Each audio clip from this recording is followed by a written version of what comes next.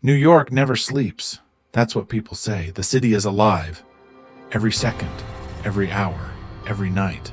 But there's one place in New York that feels different. The subway. Down there. And it doesn't feel alive. It feels forgotten. Marcus Reed had taken the subway 1,000 times before. Late nights, early mornings. It didn't matter. It was just part of life in the city. But tonight, something felt off.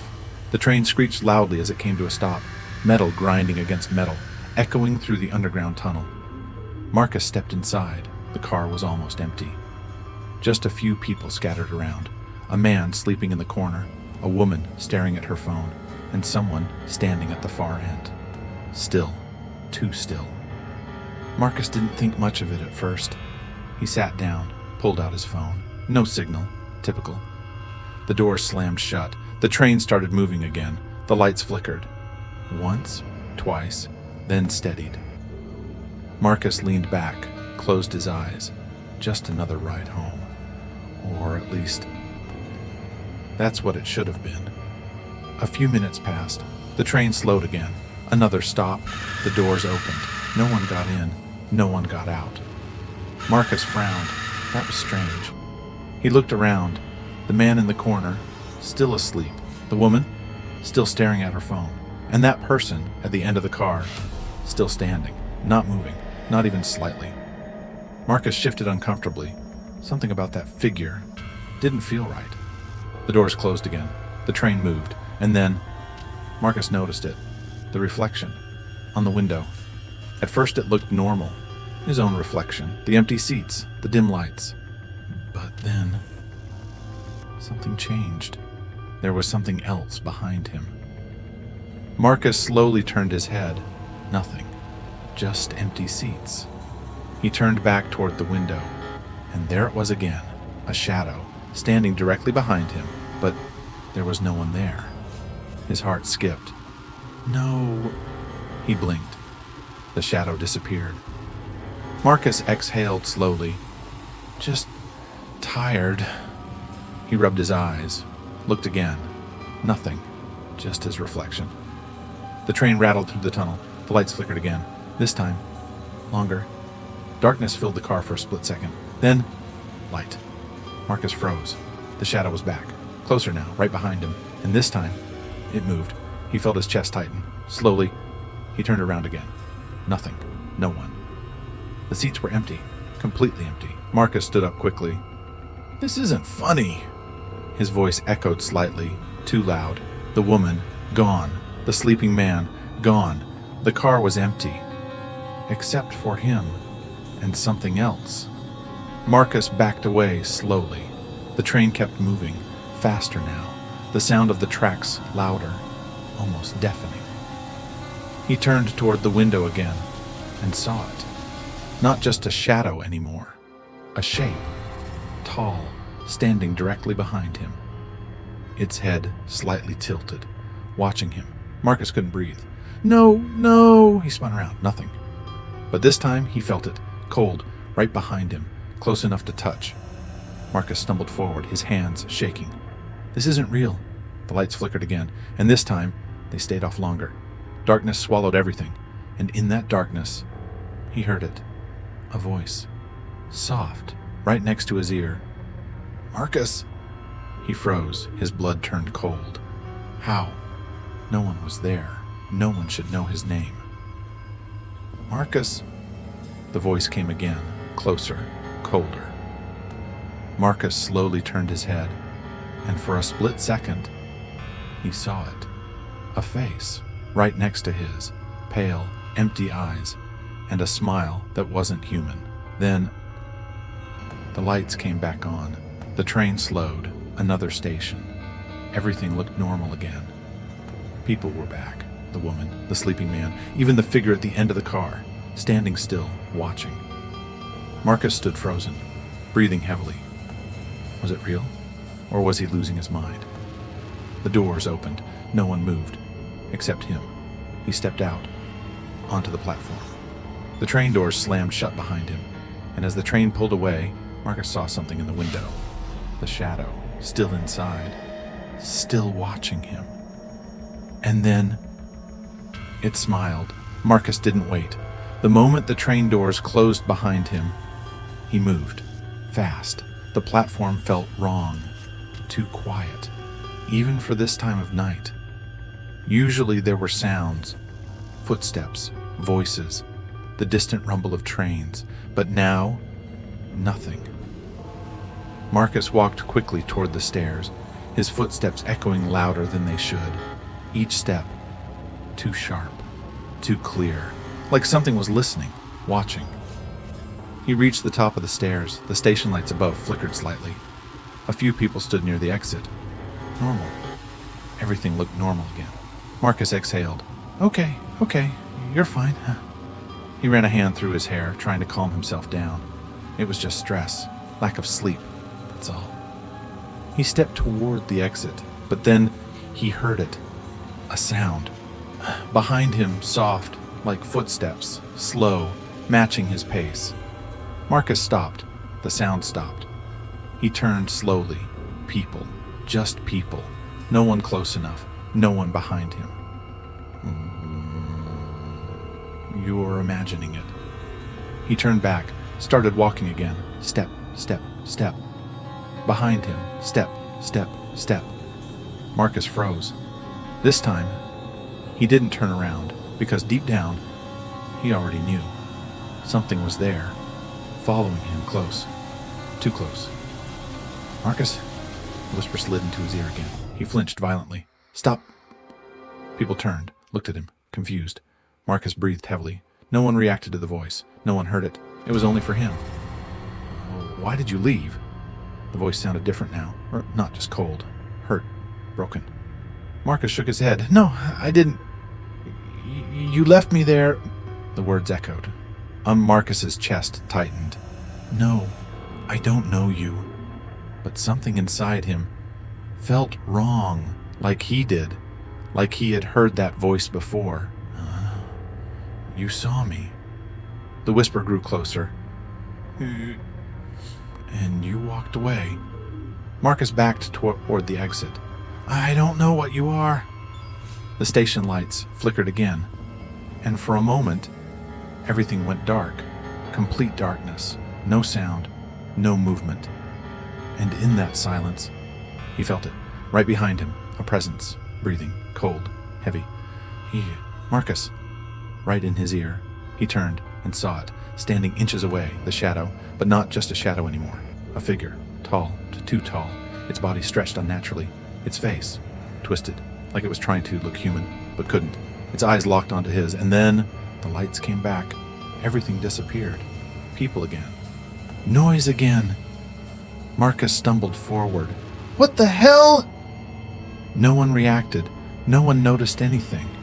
It was like it never happened, but Marcus knew it was real, and it wasn't gone. He rushed out of the station, into the cold New York night. Cars, people, noise.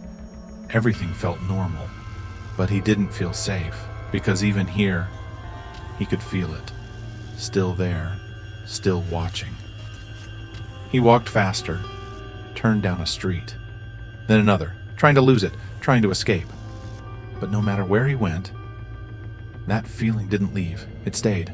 Right behind him, he stopped under a streetlight, took a breath. Slowly, he looked down at the ground. His shadow stretched out in front of him. Normal. But then, it moved. Marcus froze. His shadow didn't match him anymore. It stood still while he moved. And then, slowly, it turned, facing him.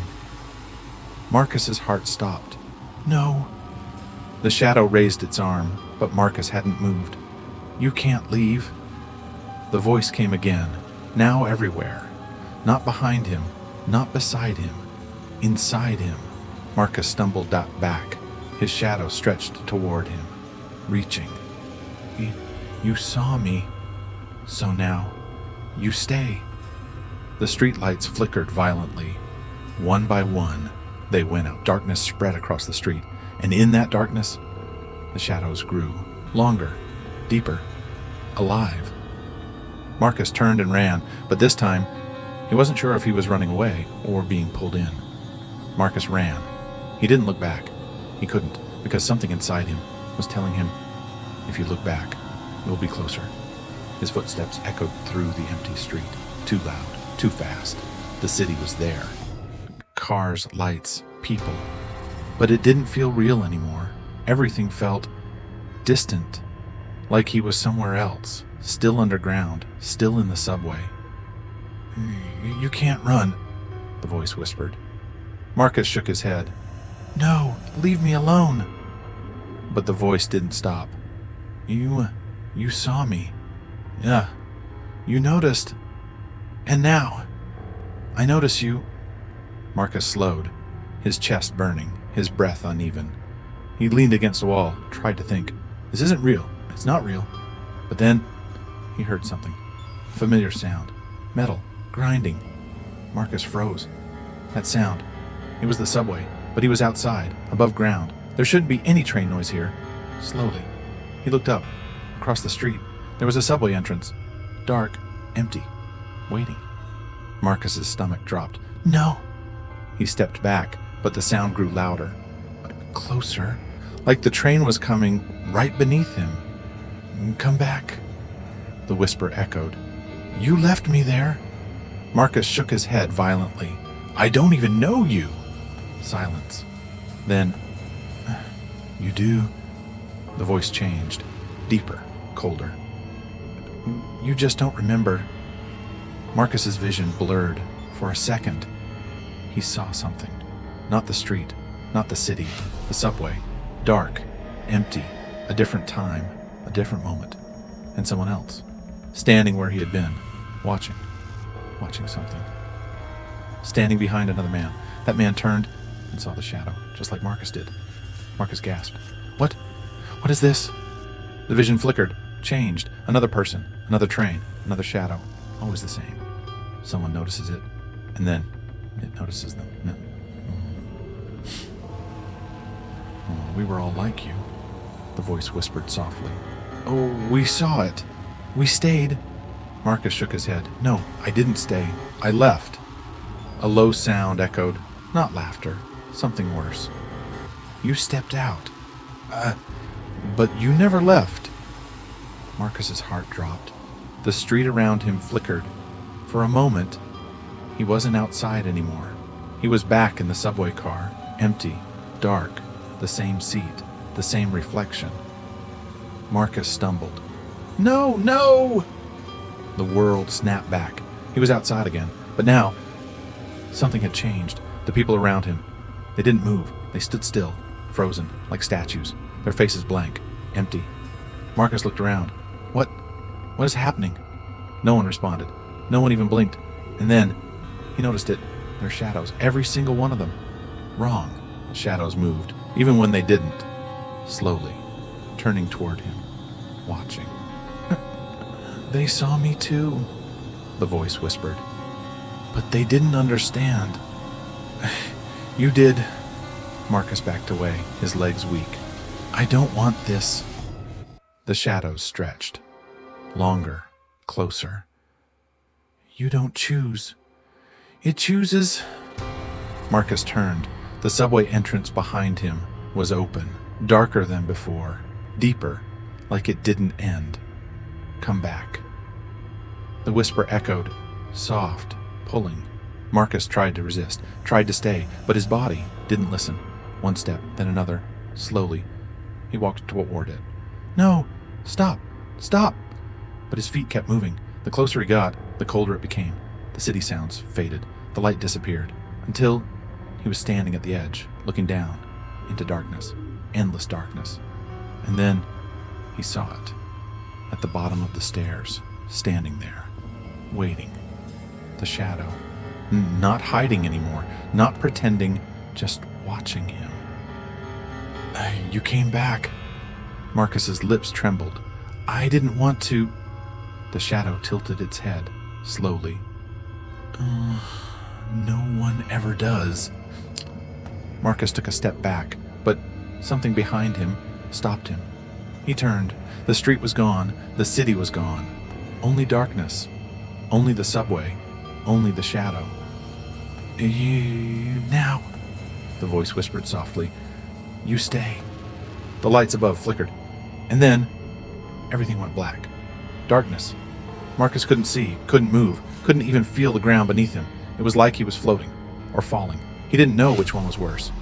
Then, a sound. Distant. Familiar. Metal grinding. The subway. Marcus gasped. Light returned. Dim, flickering. He was back. Inside the train, the same empty car. Marcus's chest tightened. "No, Master was..." He stood up quickly, looked around. No one. No sound. Just the hum of the train moving through darkness.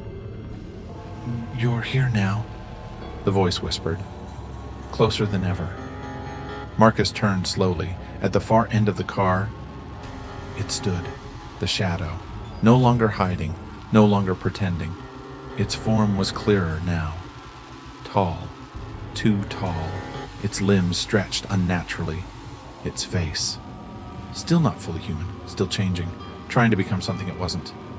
Marcus stepped back. "You're not real." The shadow didn't move, but its voice echoed through the entire train. You said that before." Marcus's breath caught. "Before?" The lights flickered violently, and suddenly the train wasn't empty anymore. People, sitting, standing, all around him. But something was wrong. None of them moved. None of them blinked. Their eyes, all staring forward, not at Marcus, at the windows. Marcus looked closer.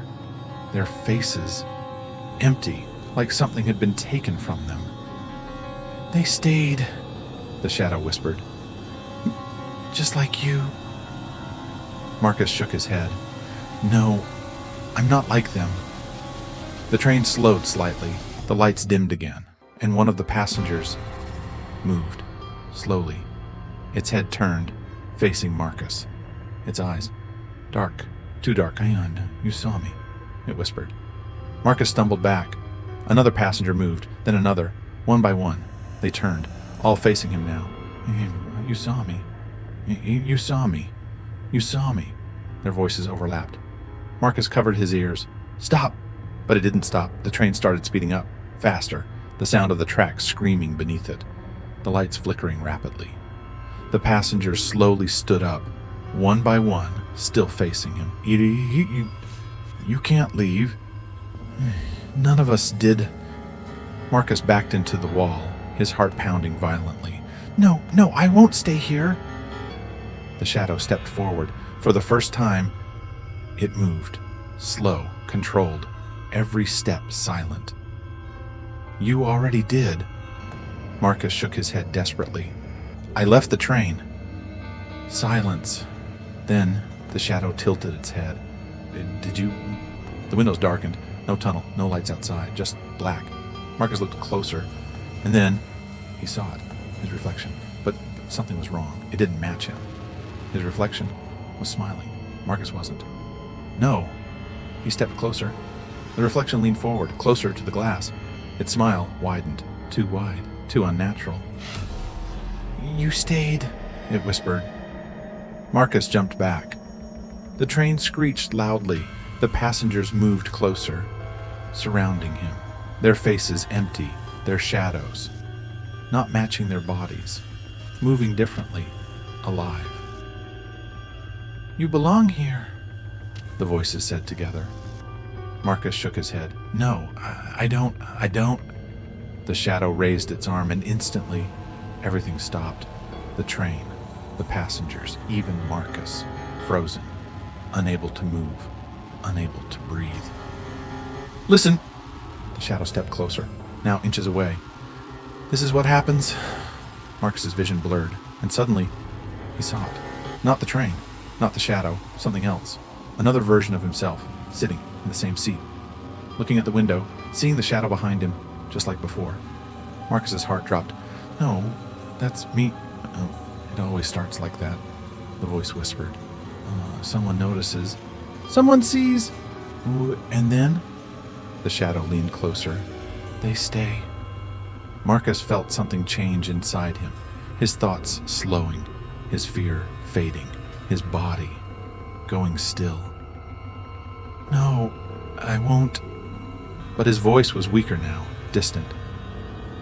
"You don't have to fight," the shadow whispered softly. "Just stay." Marcus's eyes slowly drifted toward the empty seat, the same one he had sat in before. "Sit!"